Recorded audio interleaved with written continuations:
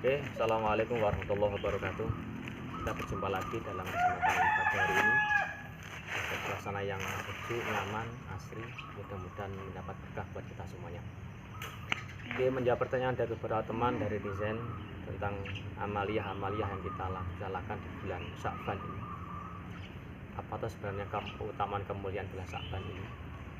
Sesuai hadis Nabi. Oke, kita bahas dengan tenang, mudah-mudahan kita mendapat berkah di bulan Sya'ban ini.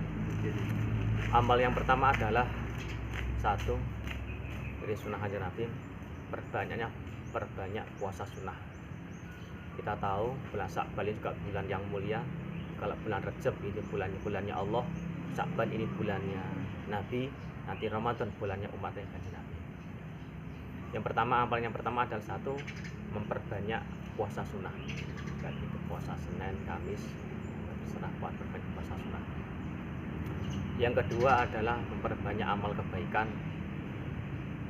bisa sedekah, berbuat amal baik apa saja untuk sesama, menolong untuk sesama, apa yang kita bisa, apa yang kita punya, apa yang kita mampu, kita bantu dengan semampu kita. Itu yang kedua adalah memperbanyak amal kebaikan.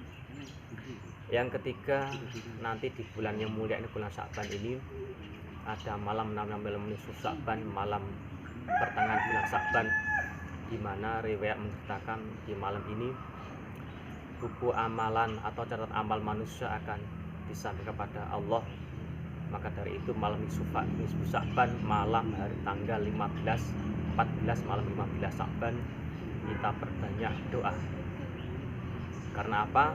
Mudah-mudahan penyampaian amal ibadah kita selama setahun ini disampaikan kepada Allah Subhanahu wa taala dalam tutupan akhir yang baik.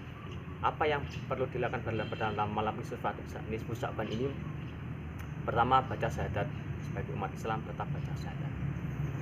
Kedua, banyak-banyaknya istighfar, mohon ampun kepada Allah, karena sifat manusia adalah bersifat lupa dan penuh dosa. Perbanyak istighfar.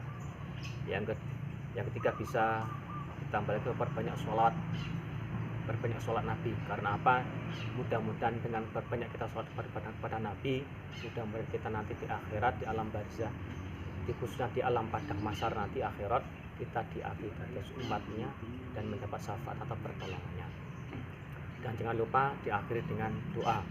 Mudah-mudahan nanti di malam nisfu Sya'ban kita berbanyak doa, munajat kepada Allah Subhanahu wa taala, berdoa.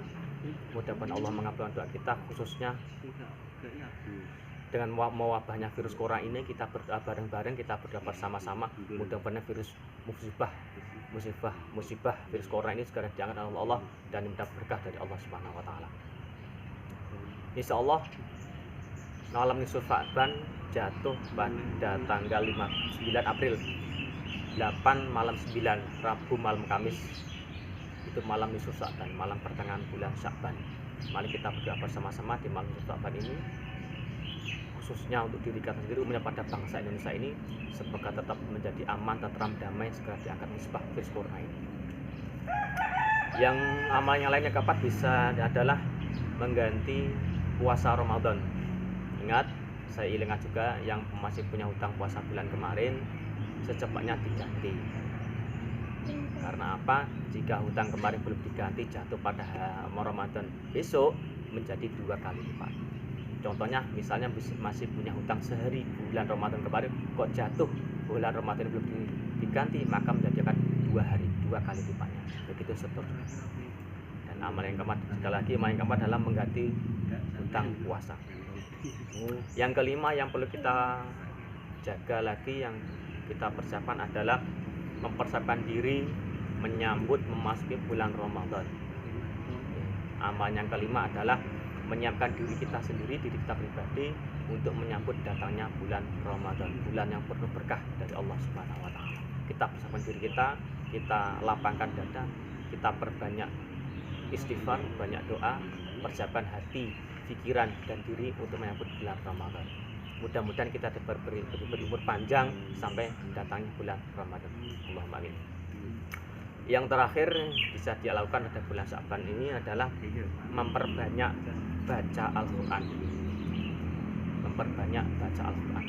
lagi memperbanyak membaca Al-Quran. Karena apa? Selain syafaat dari Nabi, selain pertolongan dari Nabi, ada juga yaitu dari syafaat dari Al-Quran. Syafaat dari Al-Quran. Karena Al-Quran itu bisa menyafaat kita, bisa memberi pertolongan kepada kita selain syafaat dari Nabi. Saya teringat pada waktu ngaji dulu di Nazam Tanwirul Qari, ada nada sedikit syairnya gini: ngaji Quran besok kudu nganggo twajid, lamun ora mongko acan morat marit. Besok ngaji Quran runtang runtung dadi sobat dalaira lumintu awes syafaat. Maksudnya bagaimana syair ini? Membaca Al-Quran diusahakan memakai tajwid, memakai tafsir sebaik-baik mungkin, sebagus-bagus sesuai dengan hukum tajwidnya. Karena apa? Nanti hikmahnya kita membaca Al-Quran adalah memberi syafaat. Kita akan mendapat pertolongan dari Al-Quran tersebut. Itu yang bisa kita lakukan. Amal yang ke-6. Ingat, hidup di dunia hanya sementara. Bismillahirrahmanirrahim. La ing syakartum la azidannakum wa in kafartum inna adzabi lasyadid. Bersyukur pada apa Allah yang beri. Bersyukur pada Allah, kepada semua kebaikan Allah, semua kenikmatan Allah. Kita syukuri, kita perbanyak buat amal ibadah kepada Allah juga. Ingat, jika kita sampai tidak mensyukur nikmat Allah, maka azab siksa sakit pedih bagi kita semua. Itu mungkin bisa sampaikan sedikit mengenai keutamaan amalan yang bisa dalam bulan Sya'ban ini. Mudah-mudahan kita semua mendapat berkah dari Allah Subhanahu wa taala dan kita bisa berjumpa dengan bulan Ramadan bulan depan. Allahumma amin.